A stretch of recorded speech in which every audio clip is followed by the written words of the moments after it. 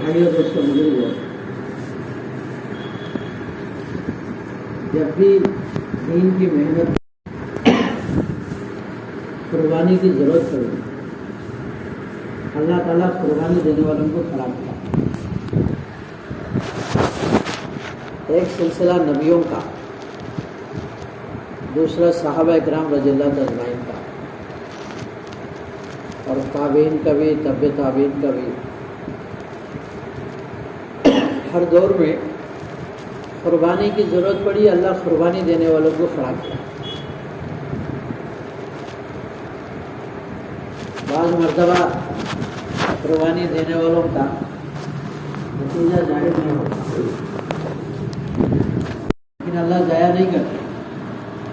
کربلا کے میدان میں امام حسین رضی اللہ عنہ، ان کے سارے خاندان کے لوگ، ہمارے نبی پاک صلی اللہ علیہ وسلم کے سب 80 لوگ قربان ہو گئے، ایک بھی نہیں بچا۔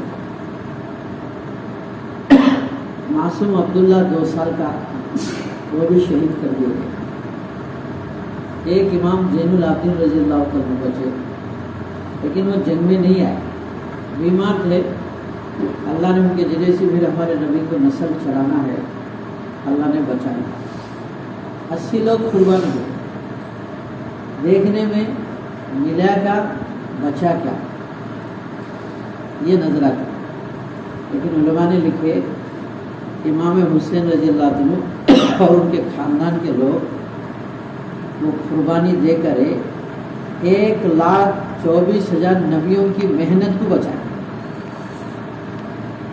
لوگوں میں عالم حق پیدا ہو گیا دنیا سے جانے کے بعد۔ جب بھی قربانی کی ضرورت پڑی، اللہ قربانی دینے والوں کو کھڑا کیا۔ دیکھو، قربانی سے ہدایت پھیلتا ہے، راحت سے کفر پھیلتا ہے۔ باطل والے بھی قربانیاں دے رہے، لیکن باطل والے امت کو کفر پہ لا رہے، اور مسلمان قربانی دے کے امت کو ہدایت پہ لا رہے۔ ہماری شہر کی جماعت تانجانیہ گئے، 9 ساتھیوں کی جماعت، 8 ساتھی۔ وہاں آندھرا کے لوگ ملے، عیسائی۔ ہمارے ساتھیوں کو پوچھے آپ لوگ کتنے دن کے لیے ادھر آئے؟ تو بولے 4 مہینے یہاں پہ ہم رہیں گے۔ ہمارے ساتھی ان کو پوچھے، عیسائیوں کو، تم یہاں کب تک رہیں گے؟ تو بولے جب تک یہاں کے لوگ عیسائی نہیں بنتے جب تک رہیں گے ہم۔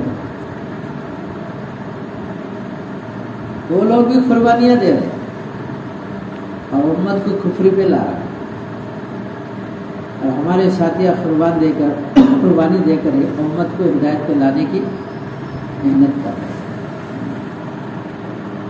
شروع زمانہ کام جو اٹھا ہے، ذرا غور کرو۔ چنگاری اللہ نے ہندوستان سے اٹھا کے سارے دنیا میں روشن کیا، تو چنگاری کہاں سے اٹھی اور روشن کہاں ہوا؟ سب سے پہلا اللہ نے ایک کام کو میوات والوں کو سمجھایا۔ میوات والے بڑے اناڑی لوگ، کوئی عزت کے لوگ نہیں تھے، وہ مارا ماری میں بھی آگے تھے۔ ایسے لوگوں کو، گوبر کی پوجا کرنے والوں کو اللہ نے نبوت والا کام سمجھایا، نبوت والا کام۔ مولانا الیاس صاحب کا نام انہیں الیاس بول کے لینا بھی نہیں آتا تھا، گلیاس کہتے تھے، گلیاس۔ ایسے لوگ جو کام اٹھائے، علاقوں میں جا کے محنتیں کریں۔ پہلی ایک جماعت لندن گئی، ایک جماعت۔ بھائی آج دیکھو نصرت کا زمانہ، استقبال کا زمانہ، جہاں بھی گئے جماعتوں کو ویلکم۔ لیکن ملکوں میں جب شروعات میں جماعتیں گئے تو کون سی ویلکم تھی؟ کون پوچھتا تھا جماعتوں میں؟